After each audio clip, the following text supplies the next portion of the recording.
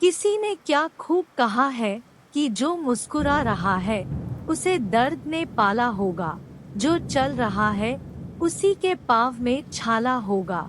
बिना संघर्ष के इंसान चमक ही नहीं सकता, जो जलेगा उसी दिए में उजाला होगा।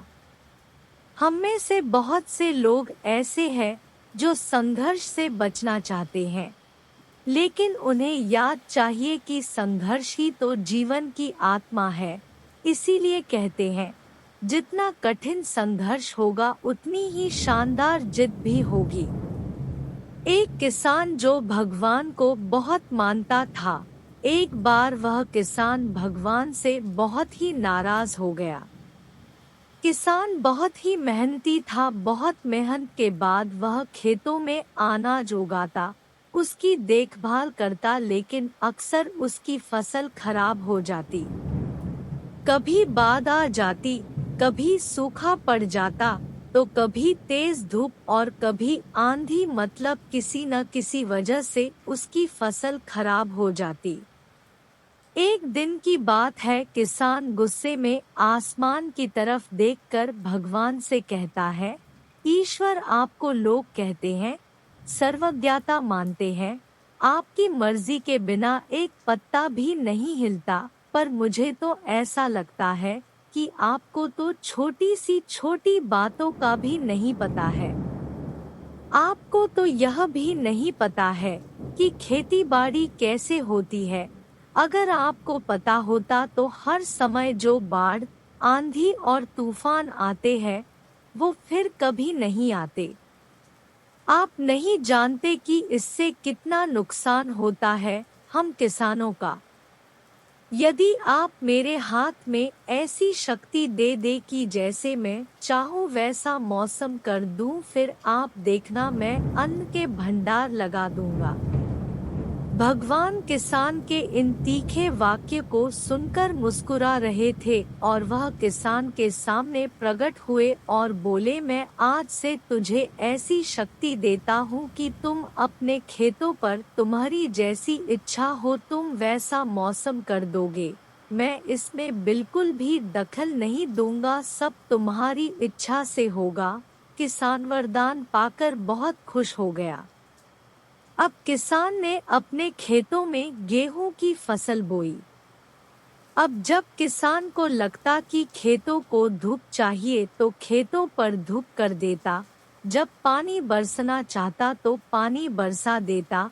आंधी, तूफान, बाढ़ आदि कुछ भी उसने अपने खेतों पर आने ही नहीं दिया। किसान के खेत में इस वर्ष ऐसी फसल हुई जैसी शायद पहले कभी नहीं हुई थी। हरी भरी लहलहाती फसल को देखकर किसान मन ही मन वह बहुत खुश हो रहा था और सोच रहा था, अब सबूत के साथ दिखाऊंगा भगवान को कि ऐसे किया जाता है। शक्ति का सही उपयोग। मेरी सफलता देखकर तो उन्हें अपनी नियम जरूर बदलने पड़ेंगे। कुछ दिन और गुजरे, अब फसल कटने को तैयार थी। किसान बहुत उत्सुकता के साथ फसल को जैसे ही काटने लगा तो उसकी नज़र गेहूं की बालियों पर गई, तो उसने अपना सिर पीट लिया और वह रोने चिल्लाने लगा। गेहूं की एक भी बाली में गेहूं का एक दाना नहीं था, सारी बालियां अंदर से खाली थी। अब किसान बहुत दुखी हो गया। अब किसान ने भगवान को रोते हुए फिर से पुकारा, हे प्रभु, तुमने ये मेरे साथ क्या किया? तुमने मुझे ऐसी सजा क्यों दी? भगवान प्रकट हुए और बोले, पुत्र, ये तो होना ही था, क्योंकि तुमने अपनी फसल को संघर्ष करने का मौका ही नहीं दिया। तुमने तो उन्हें आंधियों से जूझने ही नहीं दिया, ना तेज बारिश को सहने दिया और ना ही धूप में तपने दिया। तुमने अपने खेतों को एक भी चुनौती का सामना तो करने नहीं दिया ना। इसीलिए तुम्हारी सारी फसल अंदर से खोखली रह गई। जब आंधी, तूफान, तेज बारिश और तेज धूप पड़ती है, तभी ये पौधे अपने अस्तित्व को बचाने के लिए संघर्ष करते हैं, और इसी संघर्ष से जो बल पैदा होता है जिसमें शक्ति होती है, ऊर्जा होती है, और इसी ऊर्जा पूर्ति को तूने अपने खेतों को करने नहीं दिया। तेरे खेतों में बालियां सिर्फ इसीलिए नहीं फूटी क्योंकि तुमने उन्हें कठिन परिस्थितियों से गुजरने ही नहीं दिया जहां उनके अस्तित्व का जन्म होना था। याद रखना, सोना तब तक सोना नहीं होता है, वह आग में तपने, गलने और हथौड़े से पीटने जैसे संघर्षों से होकर नहीं गुजरता है। कोयले का टुकड़ा भी हीरा तभी बनता है जब वह उच्च दाब और उच्च ताप की मुश्किल परिस्थितियों से गुजरता है।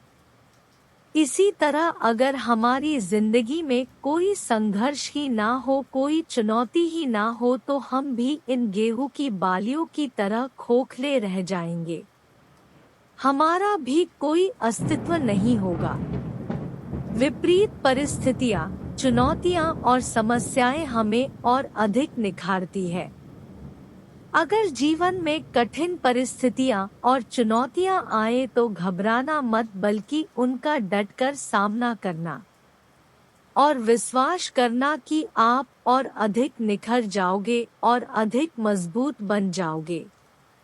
किसी ने सही कहा है, जिंदगी जीना आसान नहीं होता, बिना संघर्ष कोई महान नहीं होता। जब तक ना पड़े हथौड़े की चोट तब तक मेरे दोस्त पत्थर भी भगवान नहीं होता।